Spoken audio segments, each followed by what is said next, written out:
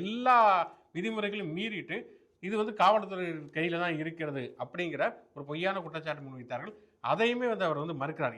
எப்ப அவர் விஜய் வந்தாரு, எப்ப எந்தெந்த நிமிஷத்தில் என்னென்ன விஷயங்கள் பேசினாரு, செந்தில் பாலாஜி பத்தி அவர் பேசுவதற்கு முன்பே எல்லா சம்பவங்களுமே வந்து அரங்கேற ஆரம்பித்து விட்டது அப்படிங்கிற ஒரு விஷயத்தையுமே சொல்றாரு. ஏன்னா விஜயே அறிவிக்கிறார், ஒரு குழந்தை வந்து காணா போயிருச்சு, அந்த குழந்தைய வந்து கண்டுபிடிச்சிட்டாங்கிறாரு, தண்ணி பாட்டில் வீசுறாரு. அதுக்கு பிறகுதான் செந்தில் பாலாஜி பத்தியும் அவர் பேச ஆரம்பிக்கிறார். அப்படிங்கிற பல விஷயங்களையுமே வந்து அவர் வந்து தெளிவாக விளக்கி இருக்கிறார். இப்போ என்னன்னா வந்து சரி ஓகே, காவல்துறை வந்து தவறு செய்திருக்கலாம், பாதுகாப்பு குறைபாடுகள் இருக்கலாம், குறுகலாக எடுத்து கொடுக்குறாங்க, என்ன வேண்டுமானாலும் குற்றச்சாட்டாக இருக்கட்டும்.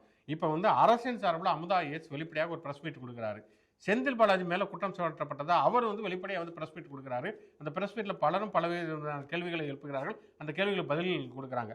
பாதிக்கப்பட்டது நாங்கன்னு சொல்லக்கூடிய தமிழக வெற்றி கழகத்துடைய தலைவர் விஜய், பொதுச் செயலாளர் புஷி ஆனந்த், அதுக்கப்புறம் இருக்கக்கூடிய ஆதவ ஒரிஜினல் வந்து பல துணை பொதுச் செயலாளர்கள் ஒருத்தராவது ஒரு பத்திரிகையாளர் சந்திப்பை ஏற்பாடு பண்ணி எங்களுக்கு இந்த சந்தேகங்கள்லாம் இருக்குதுங்க, எங்க மேல இவ்வளவு குற்றச்சாட்டுகள் முன்வைக்கிறாங்க, அதெல்லாம் நாங்கள் மறுக்கிறோன்னு எதையாவது ஆதாரங்களை வெளியிட்டு ஏதாவது பேசியிருக்காங்க. இன்னைக்கு வரைக்கும் அதை பற்றி பேசுவதற்கு அவர்கள் தயாராக இல்லை அப்படின்னு சொன்னா இதுல வந்து யார் பொறுப்பு இல்லாமல் நடந்து கொள்கிறார்கள் அப்படிங்கிறது மிக முக்கியமான கேள்வி.